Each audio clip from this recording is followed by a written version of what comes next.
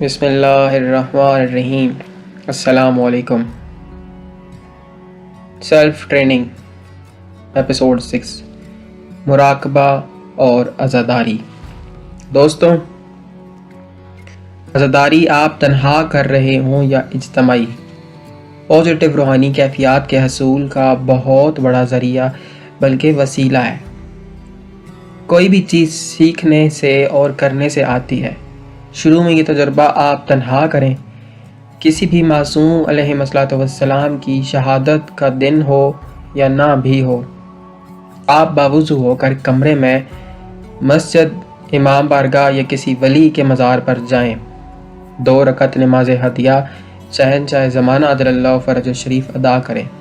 اس کے بعد سکون سے چوکڑی مار کر بیٹھ جائیں۔ جس پاک ذات علیہ السلام کی اس دن شہادت ہو یا کسی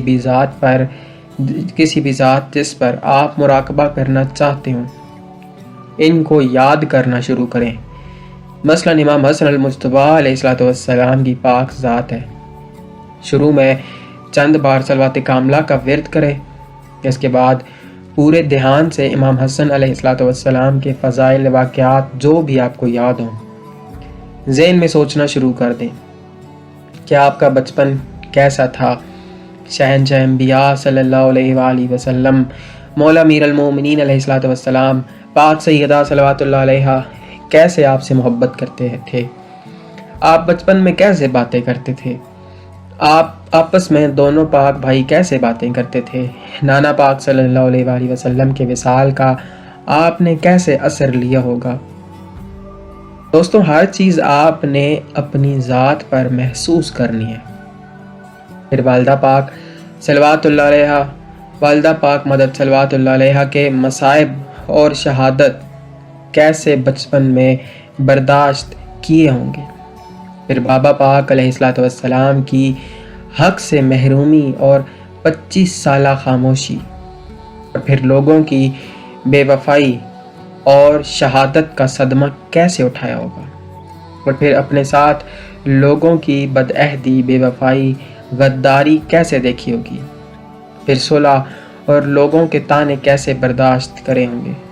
10 سال کی خاموشی اور پھر زہر ملے، اندر سے جگر کٹ گیا، بہن بھائی اولاد سب قریب ہیں، کیسے ان کو حسرت کی نگاہ سے دیکھا ہوگا۔ پھر شہادت، اور اس کے بعد امت نے جو نانا پاک کے روضہ پر جنازے کو یعنی پرسدیہ اور پھول پیش کیے تھے۔ دوستوں، اگر کسی بھی ذات کے واقعات یاد نہ ہوں تو پہلے کسی کتاب سے پڑھ لیں تاکہ آپ کے ذہن میں ہر چیز محفوظ ہو، دہرانے میں پریشانی نہ ہو۔ مزید یہ کہ جب آپ 2 رکعت ادا کر چکے ہوں تو اس پاک ذات کے متعلق کوئی نوحہ اچھی سی طرز میں لگا کر سنتے رہیں، اور اس کے بعد نوحہ پاک بند کر کے سیدھا ہو کر بیٹھ جائیں۔ آنکھیں بند کر کے واقعات کو ذہن میں دہراتے رہیں اور محسوس کریں کہ آپ وہاں اس پاک ذات کے سامنے اس ماحول میں موجود ہیں، اور یہ سب آپ اپنی آنکھوں سے دیکھ رہے ہیں۔ چاہے فضائل کے واقعات ہوں یا مصائب، آپ سب اپنی آنکھوں سے دیکھ رہے ہیں، اور جیسے کوئی بھی واقعہ جب ہو رہا ہوتا ہے اس وقت اس کے ماحول پر اور لوگوں پر جو اثرات ہوتے ہیں وہ سب آپ پر بھی طاری ہو رہے ہیں۔